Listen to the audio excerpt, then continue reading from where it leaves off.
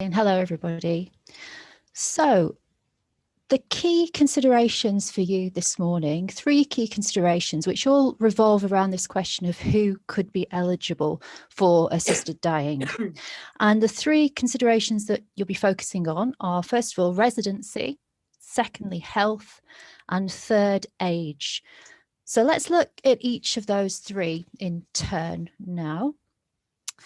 Residency to start off with then. So a key question is who could be eligible in terms of whether this is only going to be available for residents of Jersey or whether it should be available to others from other countries as well.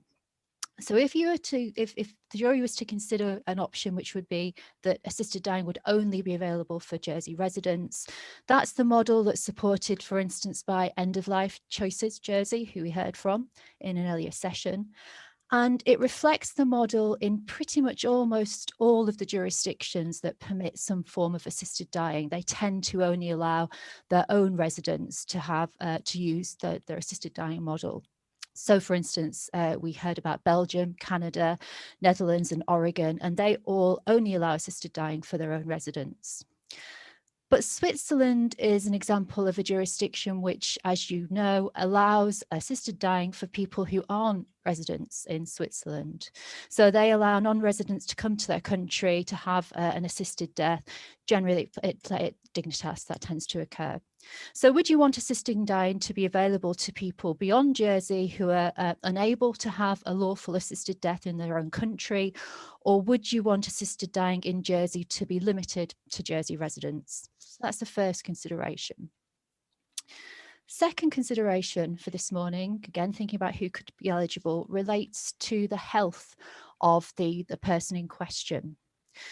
So how wide is this model of assisted dying going to be? Is it, first of all, that it would only be available for those with a terminal illness with limited life expectancy, for instance, 6 months, as in Oregon? So that would limit assisted dying to someone with a condition like, for instance, Alain Duchemin. It's the model which is supported by Dignity in Dying. They support a model of assisted dying which is only available for terminally ill people, as Dr. Jackie Davis said at an earlier session. And it's the model that exists in Oregon. This would mean that there'd be quite a limited model of assisted dying, and it would only apply to some of those who would want an assisted death, but it would keep the boundaries of the model very clear. An alternative option is that you go for criteria which revolves around this idea of unbearable suffering. So that would widen eligibility to people whose condition isn't terminal, but it's incurable with this high level requirement of unbearable suffering. So that would cover someone like Paul Lamb, for instance, whose video we saw in an earlier session. It's reflected in models in Belgium and the Netherlands, and it would extend assisted dying to more individuals. It would give more people the choice to have an assisted death. But the boundaries of the model are less clear because unbearable suffering involves more than a medical diagnosis of a condition.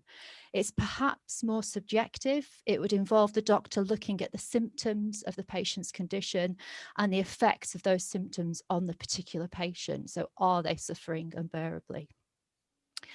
And if that was the kind of model that you were looking at of unbearable suffering, then would you be thinking about unbearable suffering which is caused only by physical conditions, or would you also consider unbearable suffering which is caused by mental conditions, mental illnesses too?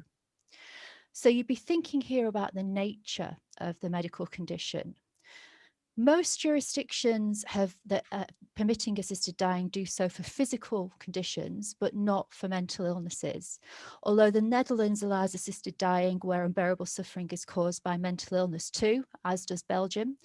And Canada is going to allow this from March 2023. So it would be a more limited model if you just focused on physical conditions causing unbearable suffering. It would mean that only some would have that choice of assisted death.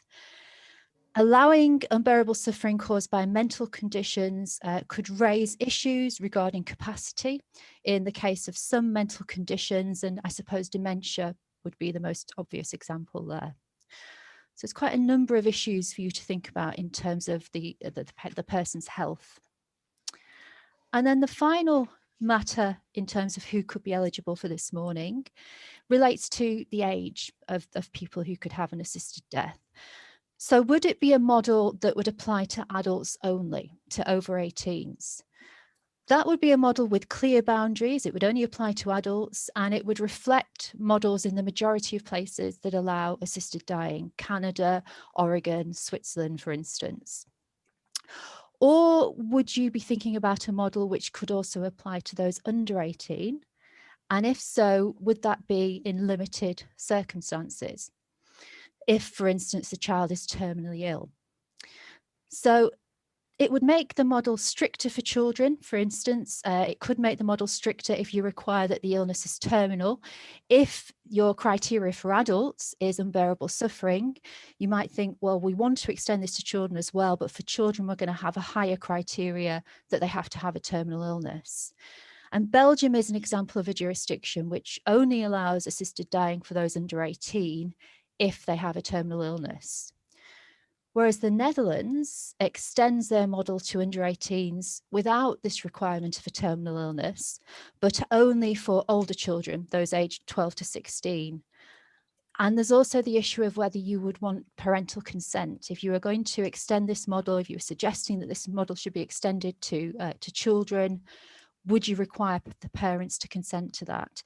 Parental consent is required in both Belgium and the Netherlands.